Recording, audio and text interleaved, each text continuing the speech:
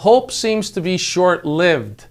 We're going to cover a few situations that have taken place this past week with both economists, the Bank of Canada, and we're going to dive deep into what is happening in the marketplace. Let's get into it. I think we're dealing with the top of the interest rate market, and we don't foresee any further increases according to RBC analysts. And Desjardins also came out and thought that we may see rate decreases come the spring or Q2 of next year. So a lot of realtors, a lot of folks in the real estate business took that as a significant positive.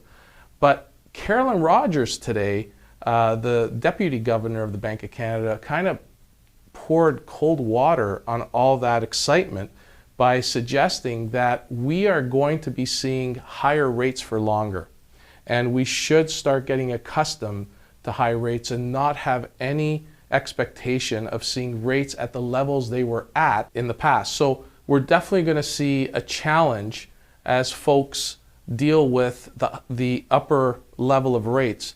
Now, Tiff Macklin did cite at his testimony at the Finance Committee that the renewals are the reason for the stall in rate hikes. It's becoming a really big problem.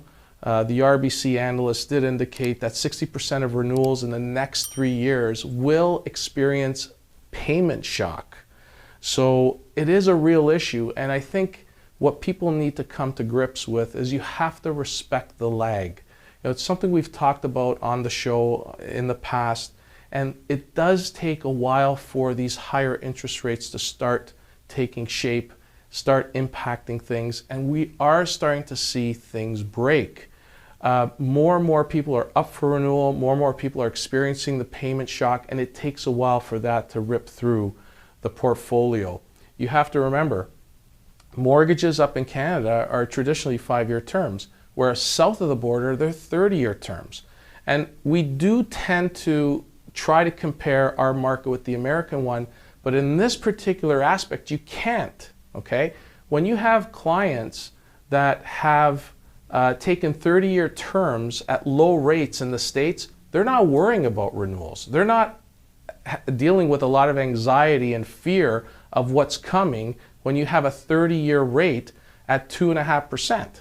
Okay, folks? So when you look at the dynamics in the US and you think they're going to be propelled up here, it's not going to be the case because our borrowing markets are totally different when it comes to home financing. The terms up here are a lot shorter than in the US.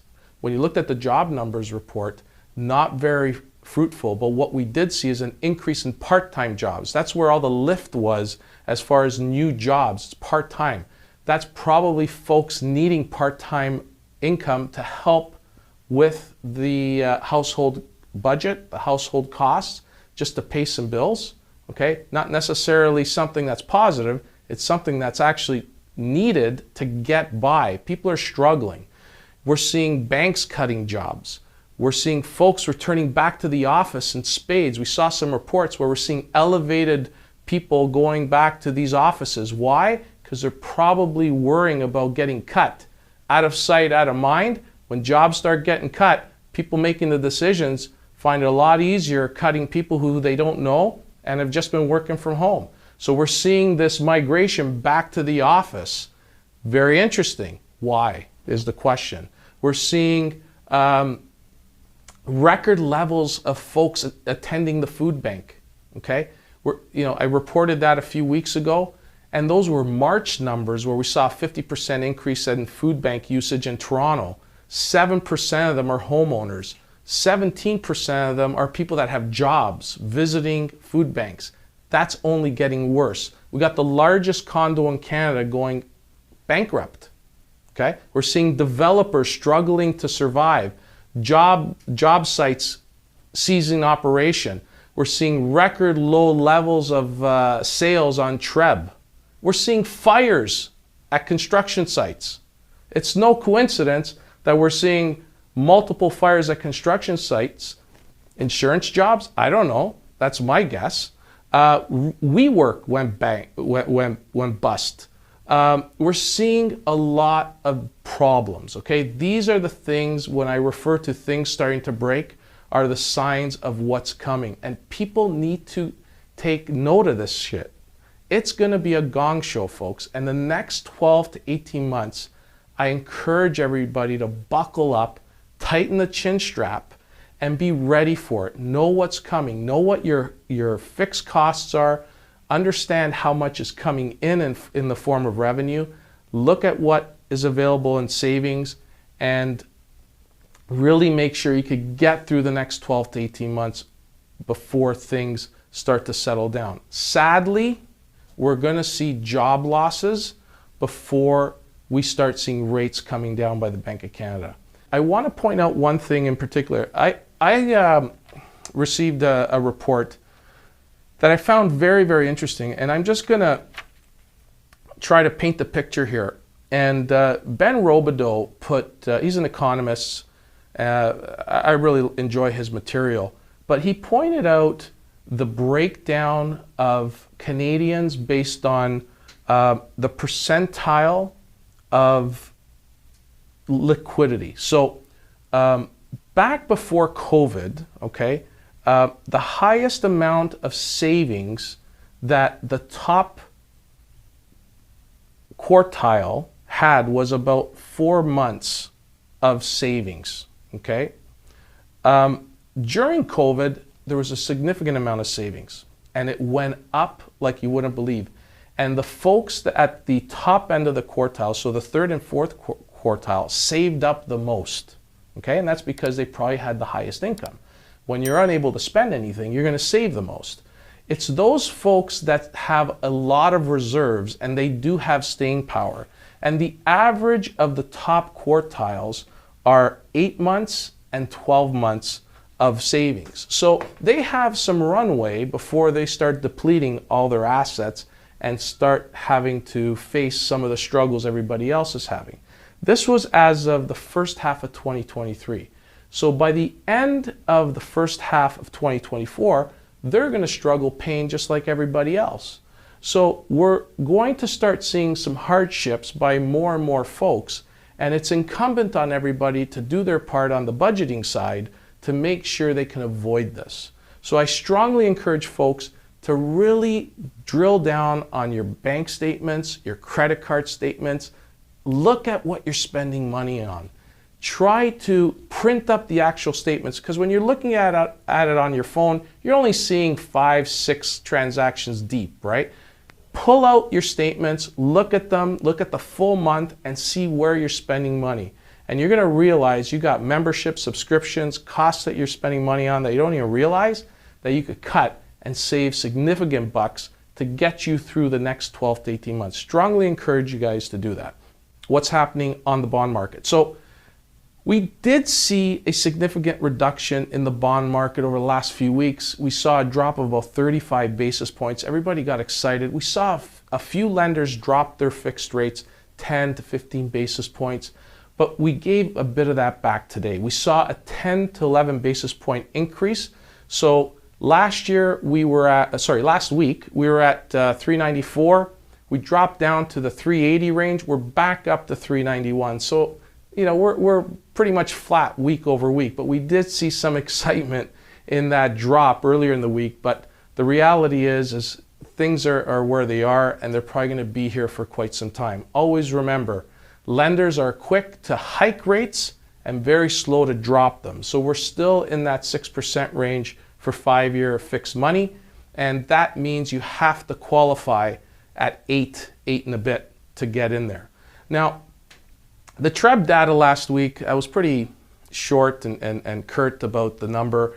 It was very, very low. Okay, I think we're at 4,646 sales, probably the lowest in quite some time in October, which is supposed to be a strong fall market.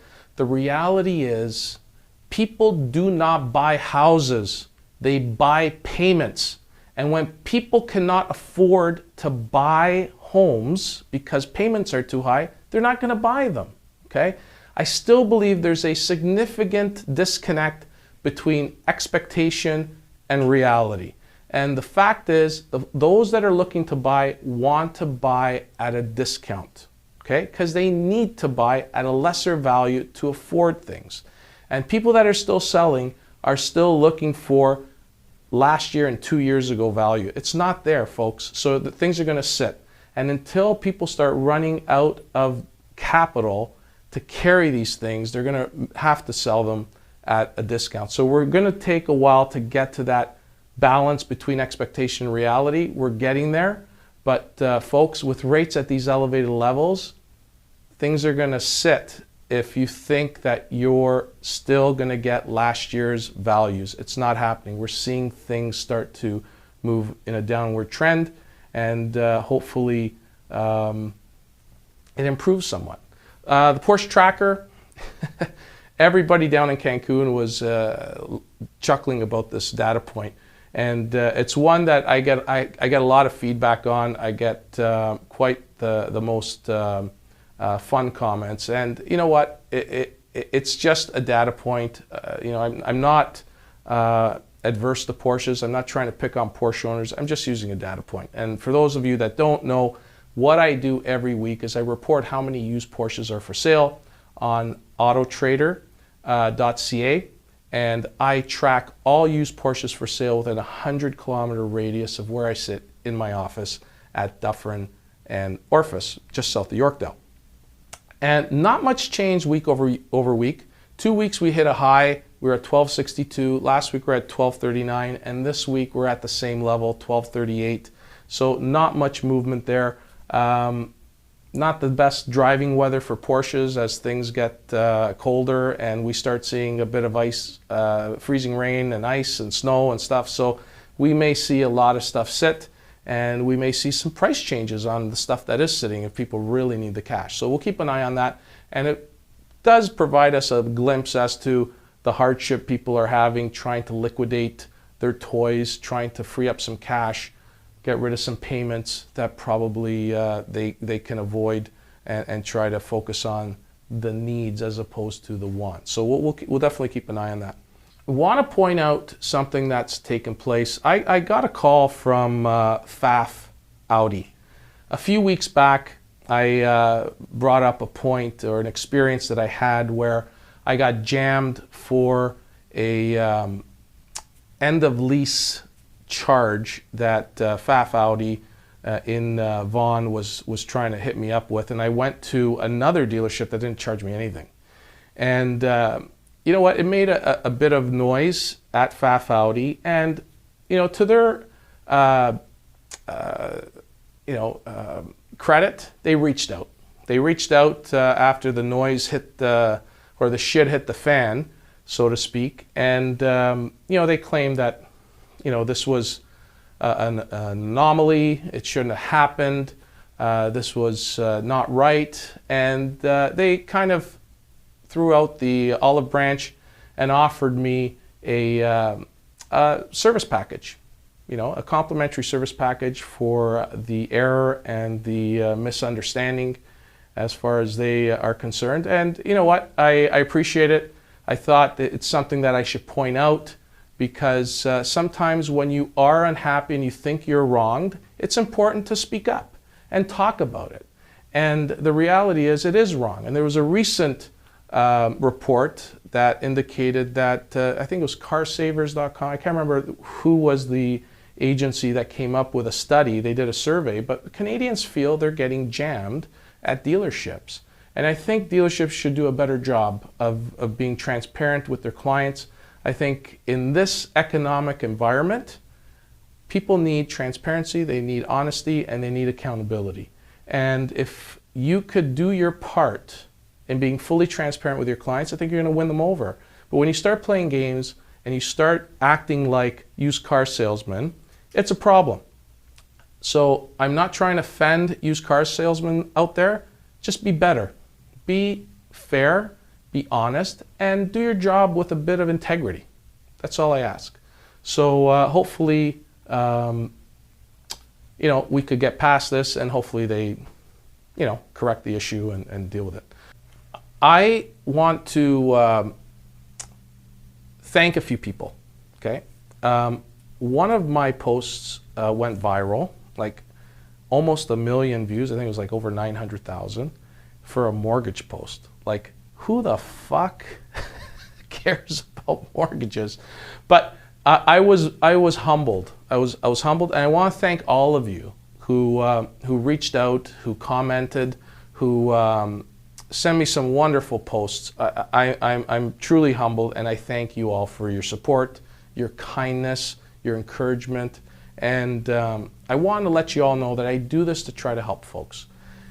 Things are tough. I'm going to do whatever I can to provide you content that helps you get through the day, get through the week, get through the month. Let's get through the next 12 months dealing with these challenges. And whatever I could dig up as far as content, data points to help you navigate through this mess, I'm going to do it. So, you know, I'm a big believer in paying it forward. So if you have the opportunity to help anybody who's struggling, please do. It's important that we all do our part if we have the capability and the ability to help, and go help somebody. And if you have a chance to donate to your local food bank, please do so. It's been record numbers that are visiting the food banks, and it's sad. And these people need a hand. And if you have the ability to drop off a box or a bag of non-perishable food, please do so. They need your help. I want to also point out that I got a call this today, actually, from a viewer that's watched for many years, and she said, "Vince, I was so happy. You're so pleasant in Cancun. Like, you're so happy and optimistic about what's coming. And I'm sorry that I've had to drop a whole bunch of negative news on you this episode. But I do appreciate the calls. I do appreciate everybody reaching out. And it was a nice little break last week. I'm sorry that you know, the connection wasn't the greatest. The internet was not the best down there. But I didn't want to miss the week for you all. And I appreciate all the comments from folks that appreciated me still doing a show from down there. So on that note, enjoy the rest of your day. I will see you next week, and look after yourselves and be kind to people. Take care.